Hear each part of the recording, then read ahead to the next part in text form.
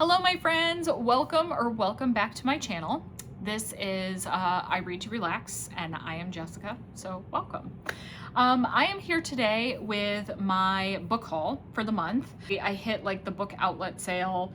I stopped at a local independent bookstore that just opened up. I had a couple of pre-orders. I just had some other books that I picked up, so a little more than I'd expected to have for this book haul, but hey, I'm happy to have some new fun additions to my shelf and to share them with you. So let me show what I got. I'll start with the books that I pre-ordered.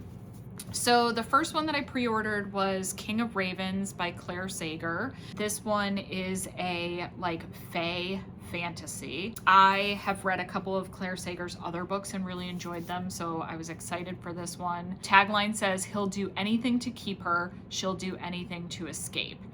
So it's like an arranged marriage one. Now trapped in a twisted bargain, Rhiannon is thrust into a world of withered gods, scheming courtiers, and ancient magic, but she refuses to be a pawn in a game she never agreed to play. Ooh, I just love like arranged marriages and court politics and fae anything. So I'm excited for this one. The next book that I pre-ordered, this is To Cage a Wild Bird by Brooke Fast. I gotta stop trying to talk so fast, it doesn't work. The tagline for this one is "Get in, get out, don't fall in love." So first of all, I just love the sprayed edges they're doing now on some books, but this one says, "Enter the brutal world of Endlock, a prison where the wealthy hunt the inmates for sport." The first novel in an electrifying dystopian romance series.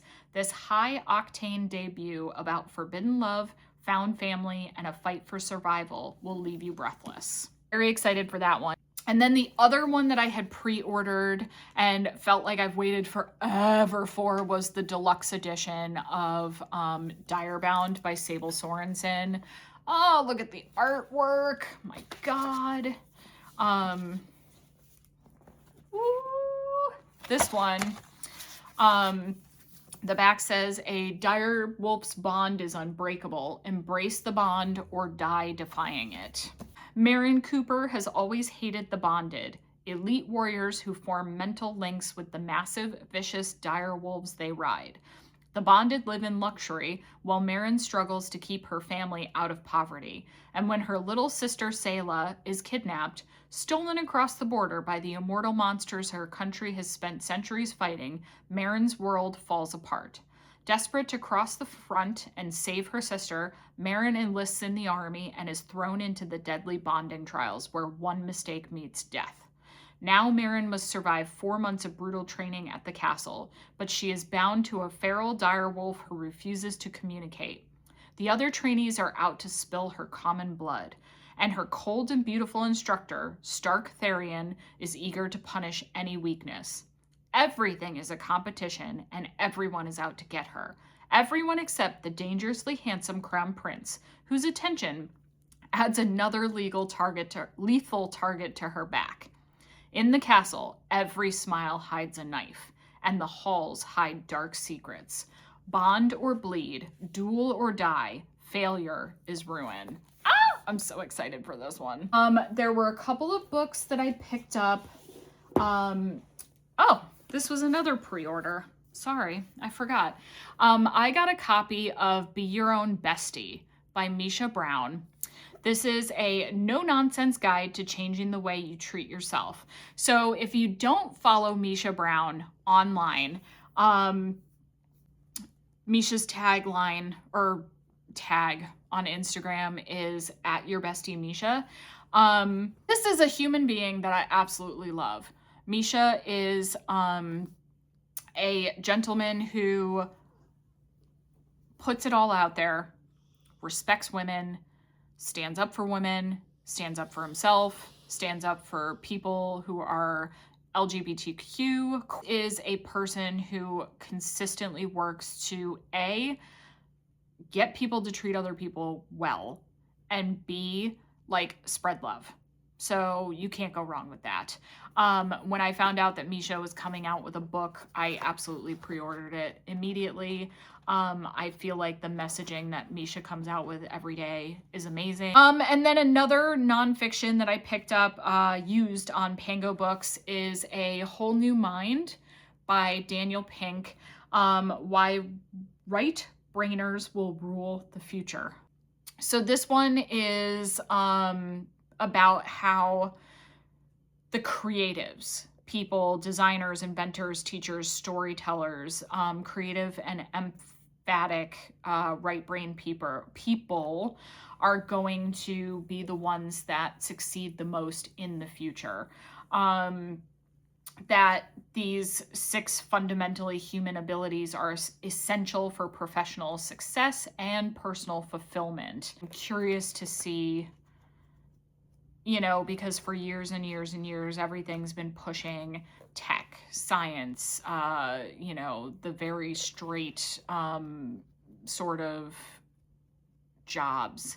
And as much as those are careers that are moving forward, I can also see how we need people who can think outside of the box and find creative solutions and those things.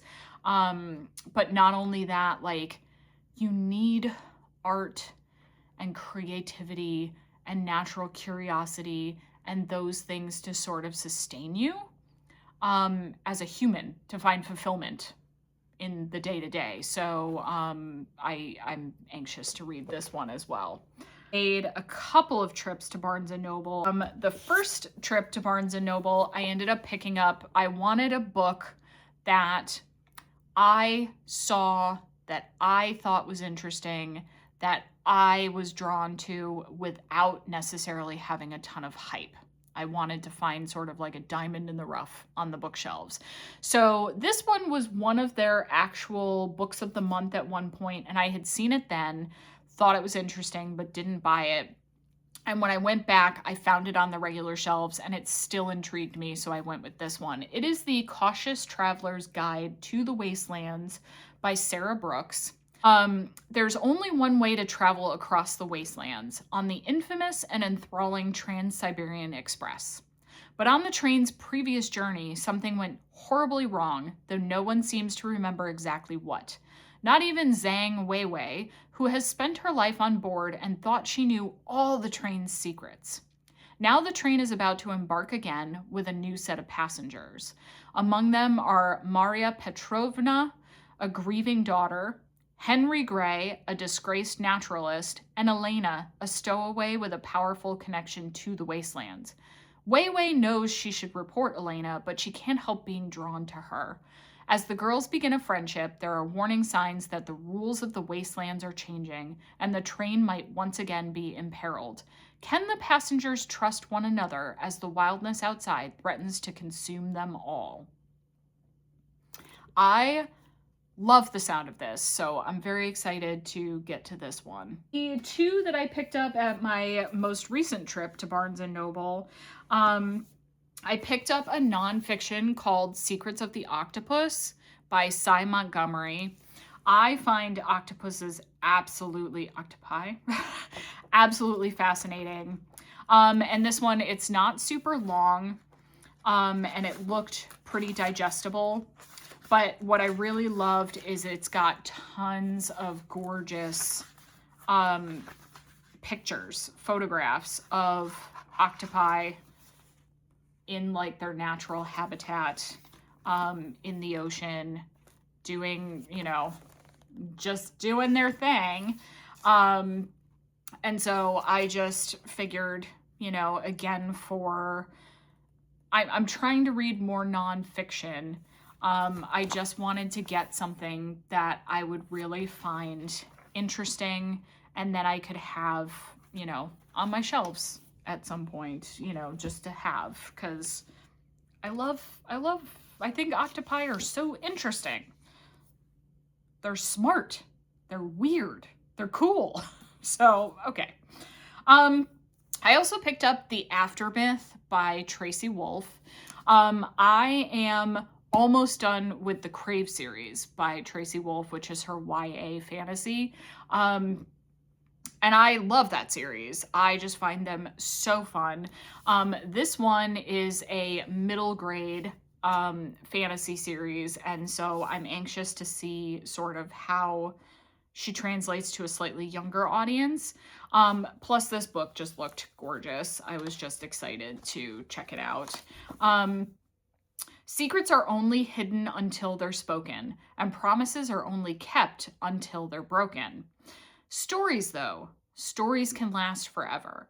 They can be told over and over again. They can grow, they can shrink, they can take up all the space in a room, and sometimes they can even slink away and disappear. Every once in a while, though, a story can do so much more. Every once in a while, if the person telling the story is very, very brave, it can do the most magical, most miraculous thing of all. It can change everything. Welcome to the Aftermath. I just think this sounds so good. Then I got 3 books from the book outlet sale because they were $5 each. So you can't really go wrong with that. I had seen this one in the actual Barnes & Noble when I was looking for the Curious Traveler's Guide book. Almost bought this one and then didn't, and I'm kind of glad because I got it for $5 instead. But it is the 7 Miracles of Beatrix Holland by Rachel Herron. And this one is, it sounds so fun. Beatrice Barnard doesn't believe in magic. She definitely doesn't believe the predictions of the celebrity psychic who claims that she will experience 7 miracles and that she will die. And as it turns out, her husband is cheating on her. Bee, now in desperate need of solitude, flees to Scary Island off the Pacific Northwest coast. Immediately upon arrival, she finds her life on the line as a rogue woodchopper blade almost kills her. Her survival is almost like a miracle. And then things get more miraculous when she discovers her twin sister, Cordelia, and her mother, Astrid, who supposedly died when Beatrice was 2 years old. Astrid and Cordelia reveal that Beatrice, given name Beatrix, is an immensely powerful witch who can commune with the dead. When Cordelia and Beatrice's twin magic is joined, it shines like a beacon on the malvalent spirits who are locked in an age-old struggle for magical dominance over the Hollands. Beatrice doesn't know what to believe, but she begins to fear that the 7 predicted miracles may occur and that her death is near. But when her niece, Minna, goes missing, Bee's own life suddenly seems much less important. Beatrice must join her mother and her sister to save Minna, even if she dies in the process. I love witchy books. I do. I love witchy books, and I love like family-based books. And I think the fact that she's overcome with the need to like master her magic and figure things out in order to save her niece is such a strong idea for a book. So I'm very excited for that one. It just sounds cool. I'm glad I ended up getting it after. Sometimes you read something the first time and you're like, oh, there's so many books. I don't know if I love that much. And then you get it finally and you're like, why didn't I just, when I first wanted it? I don't know. Sometimes I guess you just got to wait for it to be the right time, but I'm glad I picked it up. Same with the Curious Traveler's Guide to the Other Lands. Yeah. This one was one that the cover and then the description caught me. So I ended up grabbing this one, Her Dark Wings by Melinda Salisbury. So this one says, before there was a god, there was a girl. For all of Corey's life, it's been Bree and Corey and Bree. Best friends, the girls are inseparable until a devastating betrayal leaves Corey shattered and alone. Corey is sure nothing could hurt more until Bree suddenly dies. Now Corey's heartbroken and furious. How can she mourn her one-time friend when she is still so angry at her? Yet Corey and Bree's tale is far from finished. When Corey accidentally catches a glimpse of Bree's spirit passing into the afterlife, she finds herself face to face with a god pulled from the darkest myths of her girlhood, Hades, Lord of the Dead. Turns out the legends are real. But Hades is different from what Corey imagined, and so are the Furies, terrifying and beautiful creatures who encourage Corey to embrace her rage. The more Corey discovers about the underworld, the more her own power stirs. But can she resist the lure of the darkness within? Sounds good. Okay, and then the last one that I picked up on the sale is another one that I had heard of and thought looked cute, especially because it's like sort of got the same vibe as the Very Secret Society of Irregular Witches. But again, it's one that I didn't want to pick up right away, but then when it was on sale for $5, of course I picked it up. So this is An Ancient Witch's Guide to Modern Dating by Cecilia Edward. And this one just sounds, like I said, cozy and cute, and I'm excited to read it. Meet Thorn Scarheart, a 39-year-old witch who's having trouble landing a husband in the 17th century, despite the help of the local matchmaker and an arsenal of love potions. After she lost her mother, Thorn was too caught up in, well, life to focus on dating. Now she fears she may have missed her chance. But then one of Thorn's potion brews backfires spectacularly, and she's hurled more than 300 years into the future, landing in a bustling city where her cottage has turned into a historical museum. Though the 21st century has its challenges, Thorn finds that while her chances of finding love here may not be perfect, at least they're not impossible. And she dives headfirst into the online dating scene to find love. She may also find herself. Historical witch brought into the future, online dating.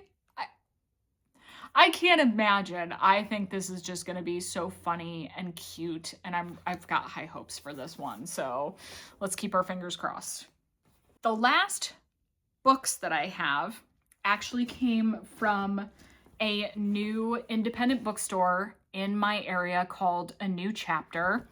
And it says, "For the book lover in you."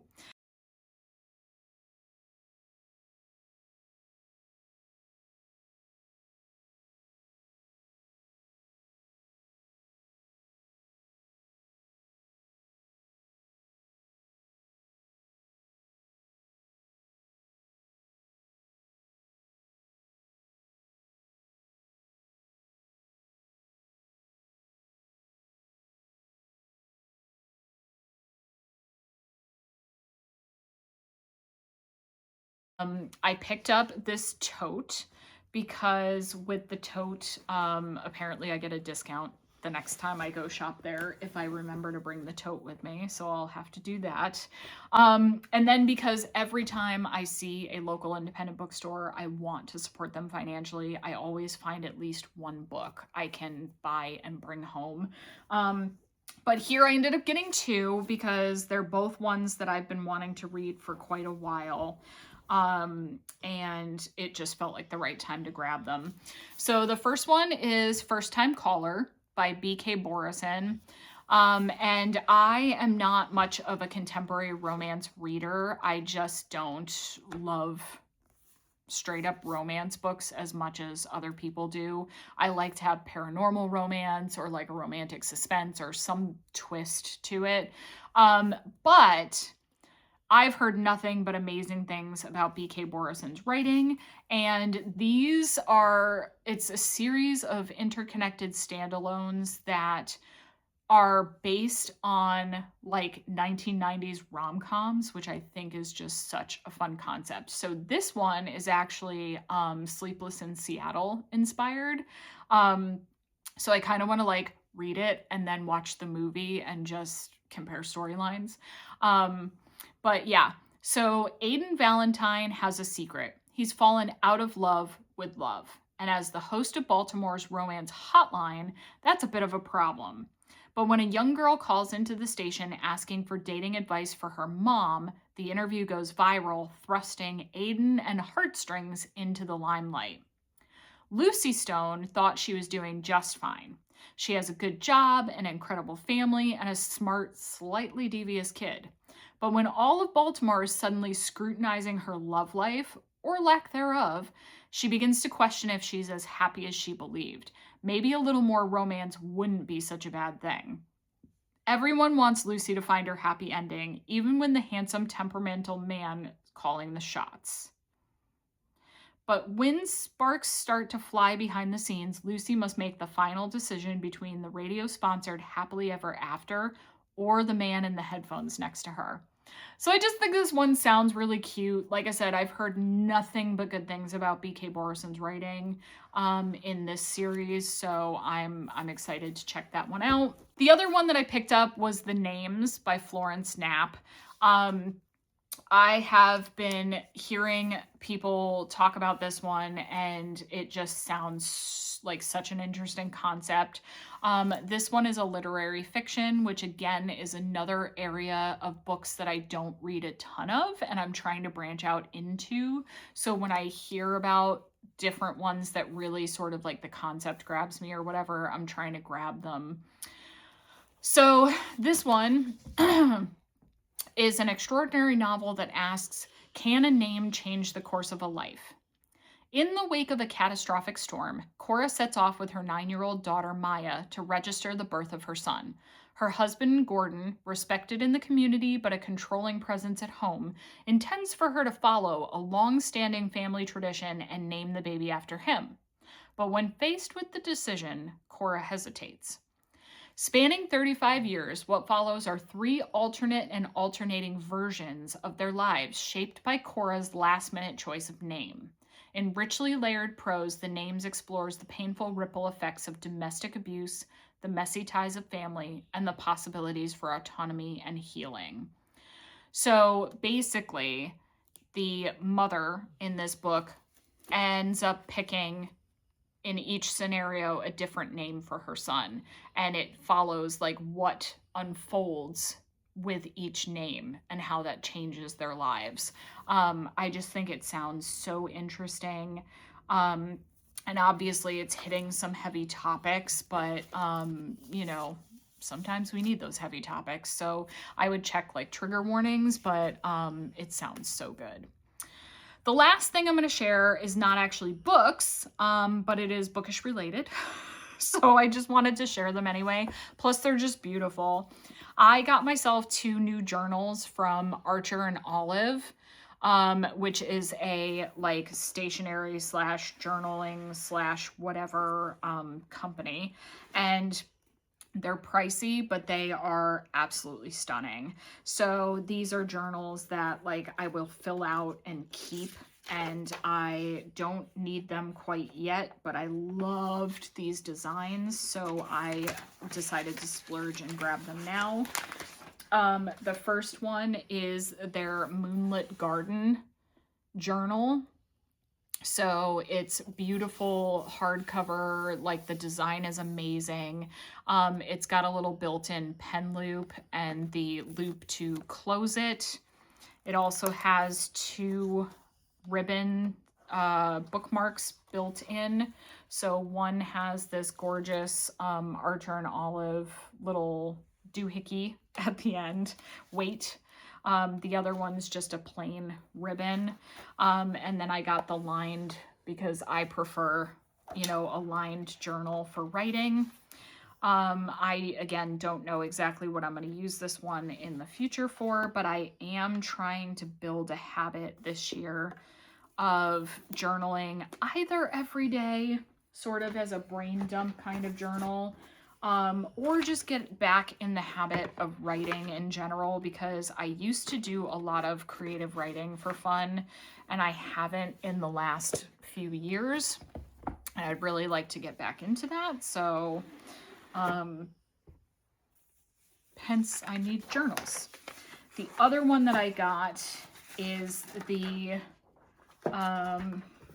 it came in this little nice little slipcase box.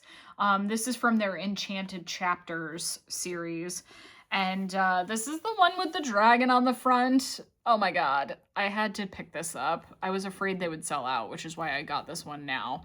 But yeah, it is just Beautiful, again, with the ribbon to close it, the loop, and then the double bookmarks, and the lined pages. So again, very happy with these. The quality is spectacular. Like I said, they're way more expensive than like a journal that you're gonna get on like Amazon, but they're the kind that you could literally hold on to forever because they're like their own works of art. Just trying to put it safely back in the box. And then the last thing that I got from them for journaling purposes is a set of washi tapes. And I can't remember what the theme of this one was. Oh, the Field Mouse washi tape set. So I got these little tiny field mice on this set. They're just so cute. And these little mushrooms, like you're out in the forest on the floor.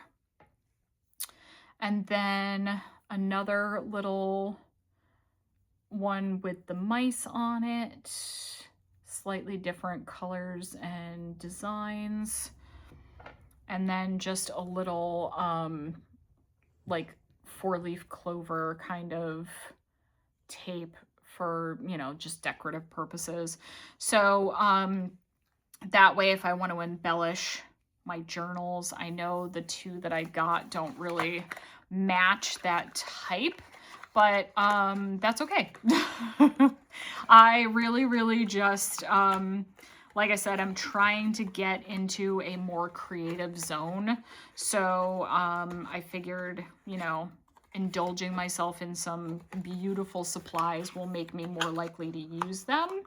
And yeah, you should have beautiful things in your life. So thank you very much for joining me on this haul. I hope you've gotten some lovely, wonderful, beautiful things in your life. I hope you're being creative and taking in wonderful stories. And if you liked this video, please hit the like button, leave me a comment, subscribe to the channel so you can catch the next haul, the wrap-ups, the TBR videos, all of that.